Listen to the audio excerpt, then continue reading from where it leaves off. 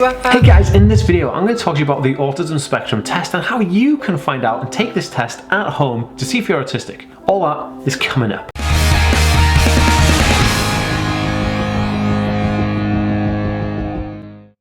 Hey guys, welcome back to the AspieWorld. My name is Dan. I have autism, ADHD, OCD and dyslexia, and I make weekly videos on this type of content. So if you're new around here and you'd like to learn more about those subjects, remember to hit that subscribe button by clicking the notification bell down below. And also if you're watching over on Facebook, be sure to give this page a like and a follow so you don't miss another video. Okay guys, so there are a bunch of things that can help you identify if you're on the autism spectrum. I mean, you can read literature, you can watch some of my videos, or you can just like listen to friends, doctors, whatever. But is there a process? Can you take a test at home? Why yes you can, and I'm going to talk to you about that right now. Before we get into that guys, I'd like to know, are you a person looking for yourself or looking for somebody else to take the autism test? Please put it in a comment down below. I'd love to have the conversation with you. I read and respond to every single comment, so yeah, please do that. You're awesome. Okay, oh, and if you want to follow me on Instagram and Twitter, please do so. I actually have extra content on there too. Super dope.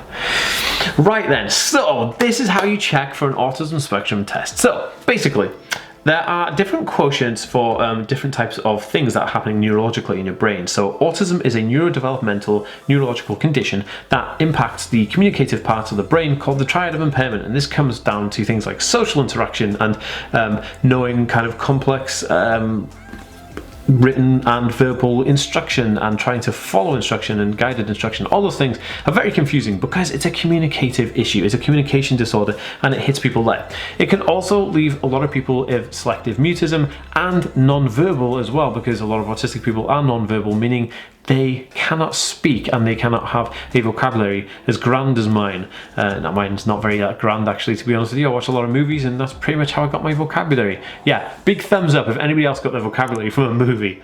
Love you. So, knowing if you're on the autism spectrum, it can be quite difficult if you haven't got access to a, you don't want to kind of, let me put it this way, you don't want to go out and shell out for a private diagnosis, or even if you're in America, you don't want to claim on your insurance and get all this, money paid out to test something and then it come back negative because you had no indication that you were going to be on the autism spectrum. You just did it. You don't want to waste money is what I'm trying to say, or waste anybody's time, including your own.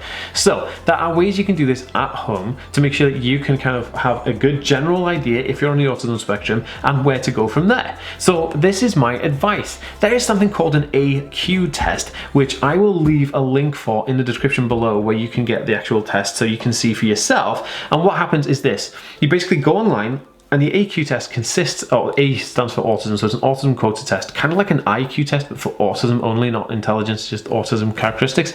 And there's about, I'd say there's about between 30 and 50 questions, and those questions stem from anything from, I mean, like, do you like going out or do you like going to the library? Do you enjoy hanging out with friends? Or you prefer to watch like a documentary?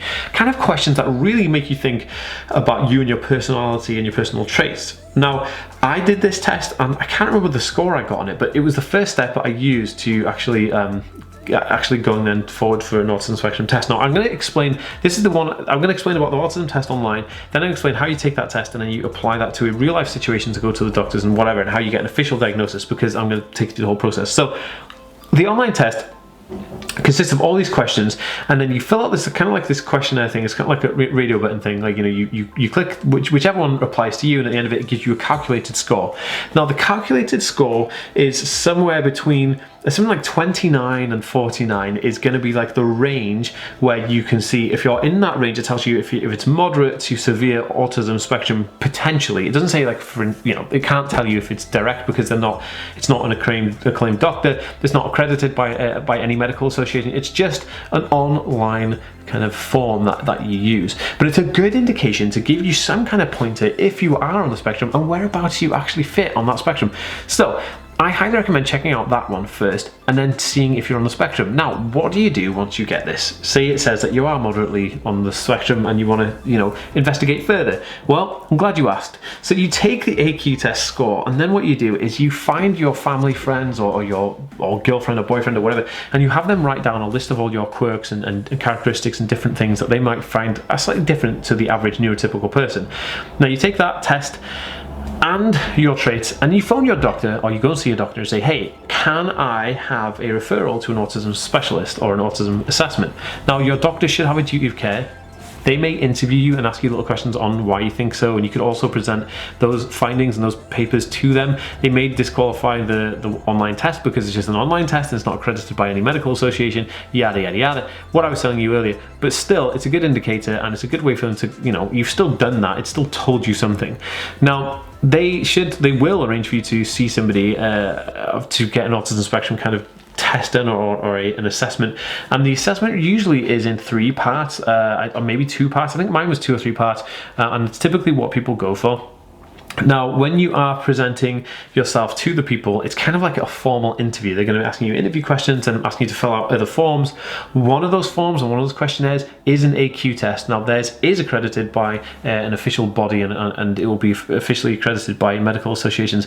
But in terms of the one you have, it's worth handing them that as an evidential document before going there, because it just helps speed up the process, because it could take a while for them to process all that data and then have some kind of diagnostic criteria for you to then have going forward. You know, it's nicer to have it sped up a little bit, because you don't want to spending like days and days on end on this. So doing their test, and then they will compile all the evidence, and what they do is they usually compile the evidence and write up a report, and then that report is your diagnostic kind of report that you then keep and hold and hang on to for, well, you know, the rest of your life or whatever it is you're doing.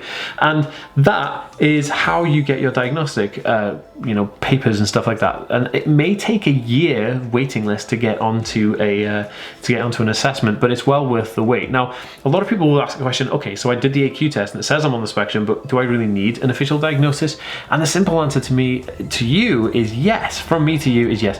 And it's simply this: an autism diagnosis will help you access support and help if you need it, because without it you won't be able to access that support. So say you need, you know, counseling therapy, psychotherapy, you might need emotional therapy, you might need like counseling every week, but you can't access those because they're only for people on the autism spectrum. And how do you prove you have it? Well, you have a diagnosis. So in those respects, I would say, yeah, you definitely need a diagnosis to access support. But also on the flip side, a lot of people don't like to be defined by labels and don't really feel like they need any extra support in their life, which is absolutely fine. And if you want to just know that you're on the spectrum without actually having an official diagnosis, that's also awesome too, because we're all individual and we all need to do what's best for us, and we need to do what's best for our livelihoods and our life. So you do what is best for you, and this is just my advice from me, you know, like this is just how I did it, and this is just my advice on it to make sure that I'm helping you the best I can. Guys, if you think this video can help somebody else, please share it on Facebook and Twitter. That'd be super awesome. Also guys, I'll see you in the next video. Peace.